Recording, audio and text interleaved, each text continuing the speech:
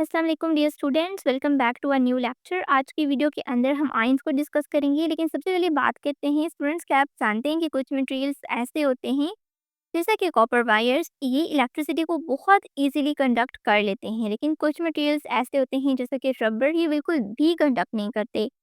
And कुछ materials होते हैं जैसे कि सिलिकॉन, तो ये कंडक्ट करते हैं बट समटाइम नॉट ऑलवेज।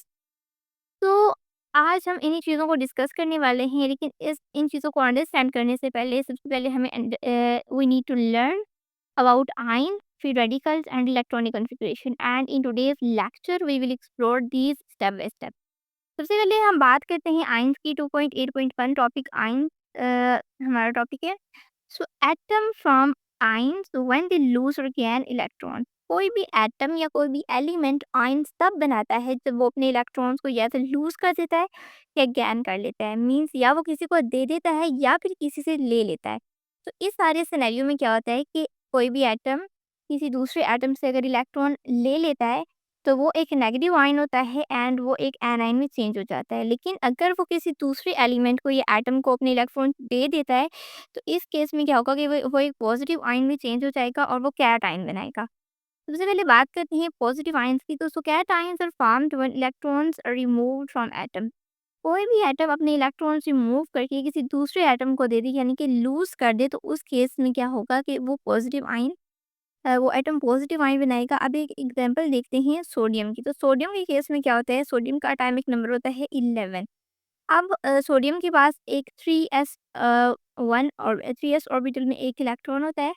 अब सोडियम वो एक इलेक्ट्रॉन लूज कर देता है 3s ऑर्बिटल से एंड सोडियम पॉजिटिव में चेंज हो जाता है। एंड नाउ सोडियम के पास है 10 इलेक्ट्रॉन्स। तो इलेक्ट्रॉनिक कॉन्फ़िगरेशन हुई 1s2 2s2 2p6। तो ये इलेक्ट्रॉनिक कॉन्फ़िगरेशन हो जाती है। एंड ये इलेक्ट्रॉनिक कॉन्फ़िगरेशन बिल्कुल same as it is neon की इलेक्ट्रॉनिक कॉन्फ़िगरेशन की जैसी है। यानी कि अगर सोडियम अपना ये इलेक्ट्रॉन लूज़ कर देता है तो उस केस में क्या हो जाता है, वो सोडियम स्टेबल हो जाता है। तो स्टेबिलिटी के लिए एटम्स अपने इलेक्ट्रॉन्स को लूज़ या गेन करते हैं। ओके स्टूडेंट्स, तो सेकंड केस है नेगेटिव आयंस का। नेगेटिव आयंस के केस में क्या होता है कि कोई भी एटम जब किसी दूसरे एटम से इलेक्ट्रॉन्स ले लेता है तो उस केस में जो आयंस होते हैं वो एनायंस होते हैं। तो anions are formed when atoms gain electron, यानी कि किसी दूसरे एटम से एटम्स इलेक्ट्रॉन्स को गेन कर लेते हैं। तो इस केस में होते हैं इसको इसको नेगेटिव आयंस कहते हैं।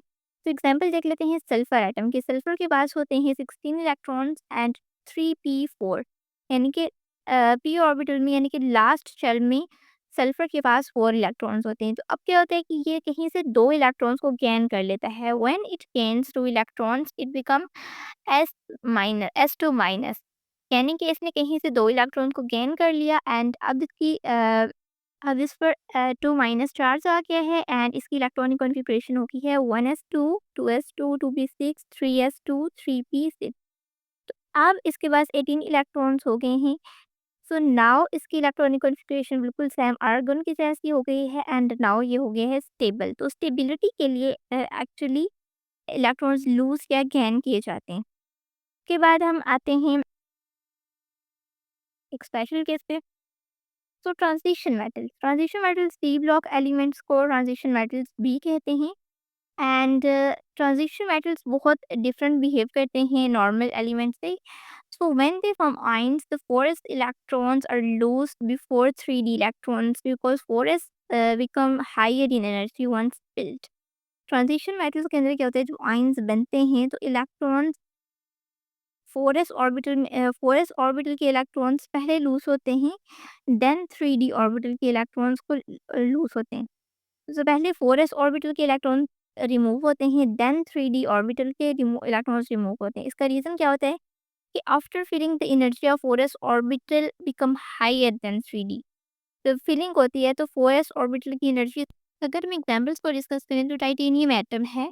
टाइटेनियम के पास लास्ट शेल में 4s2 ऑर्बिटल में 2 इलेक्ट्रॉन्स होते हैं, लेकिन अगर 2 इलेक्ट्रॉन्स रिमूव करें तो सबसे पहले यही 2 इलेक्ट्रॉन्स निकलते हैं एंड रिमेनिंग इलेक्ट्रॉन्स वैसे ही रहते हैं। अब क्रोमियम 3+ के केस में भी सेम ऐसा ही है कि अगर इलेक्ट्रॉन्स रिमूव होते हैं तो सबसे पहले 4s ऑर्बिटल में होते हैं एंड देन 3d ऑर्बिटल में होते हैं। सो मूव करते हैं नेक्स्ट स्लाइड पर। अब हम फ्री रेडिकल्स को डिस्कस करते हैं। 2.8.2 फ्री रेडिकल। तो फ्री रेडिकल होता क्या है? ये भी एक पार्टिकल होता है, एक एटम और molecule that has at least one unpair electron, यानी कि एक ऐसा एटम या एक ऐसा मॉलिक्यूल जिसके पास एक अनपेयर इलेक्ट्रॉन होता है। ये एक पार्टिकल होता है, पार्ट होता है एक एटम और मॉलिक्यूल का, लेकिन इसके पास क्या होता है कि किसी भी एटम के पास एट लीस्ट एक अनपेयर इलेक्ट्रॉन होता है। सो इसकी डेफिनेशन सबसे पहले डिस्कस करते हैं। A free radical is a chemical species that contain one और मोर अनपेयर इलेक्ट्रॉन, यानी कि एक एलिमेंट या एटम या मॉलिक्यूल ही इसको हम कहते हैं, लेकिन इसके पास क्या होता है कि एक अनपेयर इलेक्ट्रॉन होता है। अब जैसे क्लोरीन का फ्री रेडिकल होता है, एग्जाम्पल क्लोरीन की डिस्कस करते हैं, यानी कि क्लोरीन के पास इस साइड पर जो एक डॉट है, ये एक्चुअली फ्री रेडिकल है, यानी कि इसके पास एक अनपेयर इलेक्ट्रॉन है एंड वो अनपेयर इलेक्ट्रॉन ही एक्चुअली में रेडिकल होता है। इलेक्ट्रॉनिक कॉन्फ़िगरेशन क्या होती है कि 1s2, 2s2, 2p6, 3s2 and 3p5। अब 3p5 में क्या होगा कि इसके पास एक इलेक्ट्रॉन अनपेयर है और वो अनपेयर इलेक्ट्रॉन ही रेडिकल बनाता है। तो 3p ऑर्बिटल के अंदर क्या होगा कि two orbitals are filled but one has a single unpair electron, यानी कि इसके केस में क्या होगा पी ऑर्बिटल में कि जो दो ऑर्बिटल्स है ना, उसमें इलेक्ट्रॉन्स फ़ील हो जाएँगे पी के केस में, लेकिन एक अनपेयर रहेगा, वो जो अनपेयर रहेगा वो बेसिकली रेडिकल बनाता है। सो in 3p sub level two orbitals are fully filled with pair electrons, two orbitals fully filled होंगे पेयर इलेक्ट्रॉन्स के साथ, लेकिन जो थर्ड वन होगा उसमें जस्ट सिंगल अनपेयर इलेक्ट्रॉन होगा और इस रेडिकल की वजह से क्लोरीन हाईली रिएक्टिव हो जाती है। इसके अलावा कुछ और एग्ज़ाम्पल्स भी हैं जो रेडिकल्स में आती हैं, जैसे कि मिथाइल रेडिकल भी होता है, यानी कि मिथाइल के पास भी एक अनपेयर इलेक्ट्रॉन होता है तो वो एक रेडिकल बना देता है। एंड हाइड्रॉक्सी रेडिकल भी होता है, यानी OH के पास भी एक इलेक्ट्रॉन होता है जो रेडिकल बना देता है। अच्छा, रीज़न ऑफ हाई रिएक्टिविटी, अब रेडिकल होने की वजह से क्लोरीन रिएक्टिव हो गया या कोई भी एलिमेंट रिएक्टिव हो गया, तो रीज़न क्या है बेसिकली इस रिएक्टिविटी का? तो unpaired electrons tend to combine quickly with other atom or molecules to achieve stability। अच्छा, अब वो जो अकेला इलेक्ट्रॉन है उसको कोई और चाहिए जिसके साथ वो कंबाइन होकर स्टेबल हो जाए, तो स्टेबिलिटी के लिए वो इलेक्ट्रॉन क्या करता है, वो किसी दूसरे एलिमेंट के साथ कंबाइन हो जाता है एंड अनपेयर इलेक्ट्रॉन्स इसलिए बहुत ज़्यादा रिएक्टिव होता है क्योंकि वो किसी दूसरे के साथ कंबाइन होकर स्टेबल हो जाता है। आप नेक्स्ट स्लाइड पे मूव करते हैं। Topic 2.9 electronic configuration and the formation of semiconductors. अब हम बात करते हैं सेमीकंडक्टर्स की कि सेमीकंडक्टर्स होते क्या हैं सबसे पहले। तो कंडक्टर्स होते हैं लाइक कॉपर जो कि हमेशा इलेक्ट्रिसिटी को इजीली पास आउट होने देते हैं। वो कंडक्टर्स जो अपने अंदर से इलेक्ट्रिसिटी को पास आउट होने देते हैं एंड इंसुलेटर्स वो होते हैं जैसे कि रबर, कि कभी भी अलाउ नहीं करते कि उनके अंदर से इलेक्ट्रिसिटी पास हो जाए। जैसे कि कोई भी हम एग्जांपल ले लेते हैं, जैसे कि वुड है तो वुड के अंदर से भी इलेक्ट्रिसिटी पास नहीं हो सकती, तो वुड क्या है, वुड एक इंसुलेटर है। लेकिन सेमीकंडक्टर्स क्या होते हैं कि ये कंडक्ट करते हैं इलेक्ट्रिसिटी को, लेकिन कुछ इनकी कंडीशंस होती हैं, मतलब कि अपनी कंडीशंस के ऊपर ये इलेक्ट्रिसिटी को कंडक्ट करते हैं, अपने अंदर से पास आउट होने देते हैं, बट समटाइम पास आउट नहीं होने देते। So semiconductors are materials that conduct electricity under the certain conditions but not as well as metal। जैसा कि metals अपने अंदर से इलेक्ट्रिसिटी को इजीली पास आउट होने देते हैं, इसी तरह से सेमीकंडक्टर्स पास आउट नहीं होने देते। They are use in smartphones, laptop, computers and solar panels. ये सेमीकंडक्टर्स यूज होते हैं स्मार्टफोन में, लैपटॉप में, कंप्यूटर एंड सोलर पैनल्स में, and because we can control their conduction. Semiconductors use होते हैं स्मार्टफ़ोन्स में, लैपटॉप और सोलर पैनल्स में, क्योंकि हम इनकी कंडक्शन को कंट्रोल कर सकते हैं। और कुछ कॉमन सेमीकंडक्टर्स होते हैं जैसे कि सिलिकॉन, जर्मेनियम, आर्सेनिक, ये कॉमन सेमीकंडक्टर्स होते हैं। आप मूव करते हैं नेक्स्ट स्लाइड पे। तो सबसे पहले बात करते हैं प्योर सेमीकंडक्टर्स की, यानी कि इंट्रिंसिक सेमीकंडक्टर्स क्या होते हैं। सो 2.9.1 में हम एक प्योर सेमीकंडक्टर को डिस्कस करते हैं, यानी कि प्योर सेमीकंडक्टर है सिलिकॉन। सिलिकॉन का होता है एटॉमिक नंबर 14 एंड सिलिकॉन की इलेक्ट्रॉनिक कॉन्फ़िगरेशन होती है 1s2, 2s2, 2p6, 3s2, 3p2, यानी कि इसके पास होते हैं 4 वैलेंस इलेक्ट्रॉन, यानी कि जो 3 ऑर्बिटल है इसमें 4 वैलेंस इलेक्ट्रॉन्स होते हैं। So in a pure silicon crystal each atom form 4 covalent bond with neighbours, यानी कि इस दूसरे एटम के साथ जो सिलिकॉन है ये 4 कोवेलेंट बॉन्ड बनाता है। सिलिकॉन एक प्योर सेमीकंडक्टर है एंड इसके पास 4 होते हैं वैलेंस इलेक्ट्रॉन्स, जो कि ये 4 कोवेलेंट बॉन्ड बनाते हैं। 4 covalent bond with different network, different atoms के साथ ये बॉन्ड बनाता है। एंड सेमीकंडक्टर्स इलेक्ट्रिसिटी को हमेशा कंडक्ट नहीं करते, मीन्स सम टाइम अलाउ करते हैं, सम टाइम नहीं करते, but under the condition. Pure silicon is the bad conductor. तो प्योर सिलिकॉन होता है ये बैड कंडक्टर होता है, मीन्स कि ये अपने अंदर से इलेक्ट्रिसिटी को बहुत कम पास आउट होने देता है। अब नेक्स्ट स्लाइड पर आते हैं। फिगर 2.13 ये आपकी बुक में भी मेंशन है। अच्छा, इस फिगर में क्या है? This figure show pure silicon crystal lattice. इस फिगर में एक प्योर सिलिकॉन का क्रिस्टल लैटिस है। अब आप देख सकते हैं कि हर एक सिलिकॉन ने 4 डिफरेंट बॉन्ड्स बनाए हुए हैं। तो फर्स्ट वाली सिलिकॉन को देखते हैं, तो इसने 4 कोवेलेंट बॉन्ड बनाए हुए हैं एंड सेकंड वन ने भी सेम एज़ इट इज़। सो ये 4 कोवेलेंट बॉन्ड बनते हैं एंड सिलिकॉन के अंदर 4 वैलेंस इलेक्ट्रॉन्स होते हैं जो कि बॉन्ड बनाते हैं डिफरेंट एटम्स के साथ, एंड सिलिकॉन के एटम को कंबाइन होकर एक सिलिकॉन का क्रिस्टल लैटिस बना हुआ है।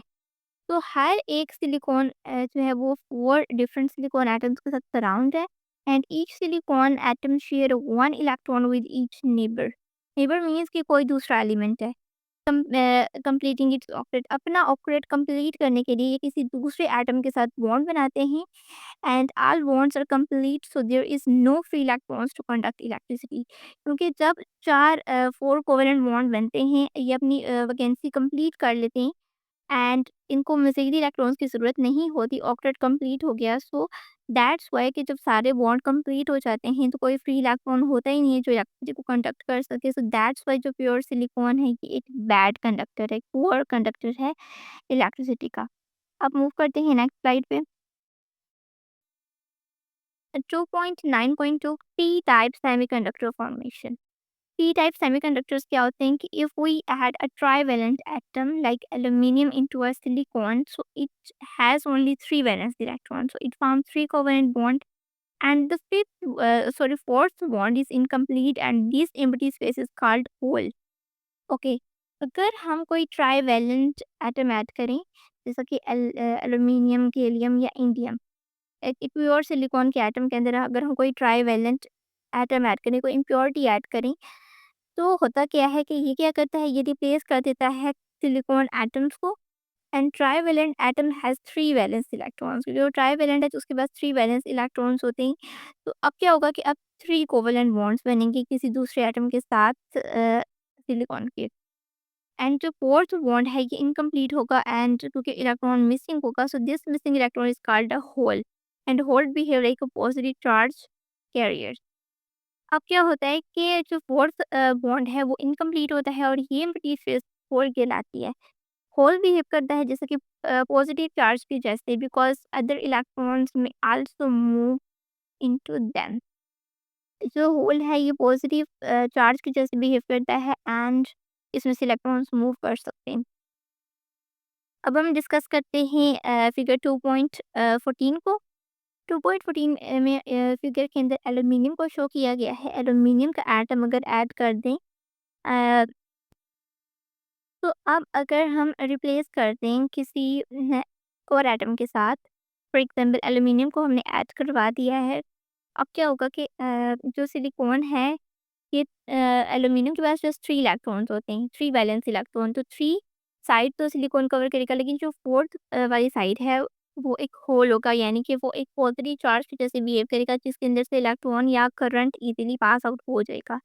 So 3 bonds are complete but one bond is incomplete, जिसको होल कहते हैं। So current conduction occurs due to the movement of holes such as a semiconductor is called p type positive type semiconductor। यानी कि होता क्या है कि basically कि अगर हम कोई और एटम ऐड करवा दें सिलिकॉन के क्रिस्टल के अंदर, तो होगा क्या कि वो जो एटम है वो अगर ट्राईवेलेंट हो तो उसके पास जस्ट 3 वैलेंस इलेक्ट्रॉन्स होंगे और वो 3 वैलेंस इलेक्ट्रॉन्स कोवेलेंट बॉन्ड बना लेंगे सिलिकॉन के एटम्स के साथ। लेकिन जो फोर्थ वन होगा यानी कि फोर्थ साइड होगी, वहाँ पर इलेक्ट्रॉन नहीं होगा जिसकी वजह से वो एक इनकम्प्लीट बॉन्ड होगा और एज़ अ होल बिहेव करेगा। तो अब क्या होगा कि वो एक पॉज़िटिव टाइप है या फिर पॉज़िटिव चार्ज कुछ भी कह सकते हैं। तो पी टाइप सेमीकंडक्टर भी इनको कहते हैं, यानी कि वो जो साइड होगी वहाँ से करंट इज़िली पास आउट हो जाएगा। दैट्स व्हाई इसको कहते हैं पी टाइप सेमीकंडक्टर। अब मूव करते हैं नेक्स्ट स्लाइड पे, यानी कि एन टाइप सेमीकंडक्टर्स क्या होते हैं। So when a pentavalent impurity like phosphorus, arsenic and antimony is added to a pure silicon, अगर एक प्योर सिलिकॉन क्रिस्टल के अंदर कोई पेंटावेलेंट, पहले जो हमने ऐड की थी वो ट्राइवेलेंट इम्प्योरिटी थी, जो अब हम ऐड कर रहे हैं वो है पेंटावेलेंट, यानी कि इसकी 5 साइड्स हैं। सो पेंटावेलेंट इम्प्योरिटी जैसे कि फास्फोरस, आर्सेनिक, एंटीमनी कुछ भी हमने ऐड किया है प्योर सिलिकॉन के अंदर। सो ये क्या करता है, ये कुछ सिलिकॉन के एटम्स को रिप्लेस कर देता है। होता क्या है कि इसके पास होते हैं 5 valence electrons, so 4 electrons from, जो 4 इलेक्ट्रॉन्स हैं ये कोवेलेंट बॉन्ड बना लेते हैं सिलिकॉन के साथ, लेकिन जो 5th वन होता है ये एक्स्ट्रा होता है एंड फ्री टू मूव। अब होता है क्या है कि पेंटावेलेंट एटम के पास होते हैं 5 electrons and 4 electrons are used to form covalent bonds, but the fifth one is extra and does not form a bond, so the extra electron become free to move and acting as a negative charge carrier. अब for example अगर हमने कोई pentavalent impurity add की है pure silicon के अंदर, तो होगा क्या कि सिलिकॉन के पास तो जस्ट 4 बॉन्ड बनाने की वैकेंसी है, तो वो 4 बॉन्ड्स बना लेगा, 4 कोवेलेंट बॉन्ड उस पेंटावेलेंट एटम के साथ। लेकिन जो 5th वन वाली साइड है ना, वो ऐसे ही फ्री रहेगी, फ्री टू मूव। तो वो क्या करेगा, वो नेगेटिव चार्ज कैरियर बिहेव करेगा एंड वो एक साइड हो जाएगी जहाँ से इलेक्ट्रॉन या फ्री इलेक्ट्रॉन या करंट इजीली पास आउट हो जाएगा। अब एग्जाम्पल डिस्कस करते हैं 2.1 फॉर बी को, फिगर बी को डिस्कस करते हैं। अच्छा, अब फॉस्फोरस को ऐड किया है तो सिलिकॉन के पास तो जस्ट 4 वैकेंसीज होती हैं, तो 4 साइड्स तो बाइंड होंगी, लेकिन जो फ्री इलेक्ट्रॉन होगा 5th वन वो इनकम्प्लीट होगा। एंड वो इनकम्प्लीट होगा जब, तो वो एक साइड हो जाएगी नेगेटिव कैरियर या नेगेटिव चार्ज करके एक साइड जहाँ से इलेक्ट्रॉन्स या करंट पास आउट हो सकते हैं। So four bonds are complete and one extra electron is loosely bound. And current conductions occur due to the movement of electrons, such a semiconductor is called n-type n-type semiconductor. So जो fifth one वाली side है वो free होगी जहाँ से current pass out हो सकता है। So P type and N type are the two common types of the semiconductor. Students मिलते हैं नेक्स्ट वीडियो में। आज का लेक्चर यहीं तक था। अगर आपको कोई भी इश्यू हो तो आप मुझे बता सकते हैं। एंड वन इम्पॉर्टेंट थिंग कि अगर आप चैनल पर नए हैं तो चैनल को सब्सक्राइब कर दें, वीडियो को लाइक कर दें, बेल आइकन प्रेस कर दें ताकि मेरी कोई भी न्यू वीडियो हो तो वो सबसे पहले आपको मिले। एंड कमेंट्स भी करें। एंड मिलते हैं नेक्स्ट वीडियो में, तब तक के लिए अल्लाह हाफिज़।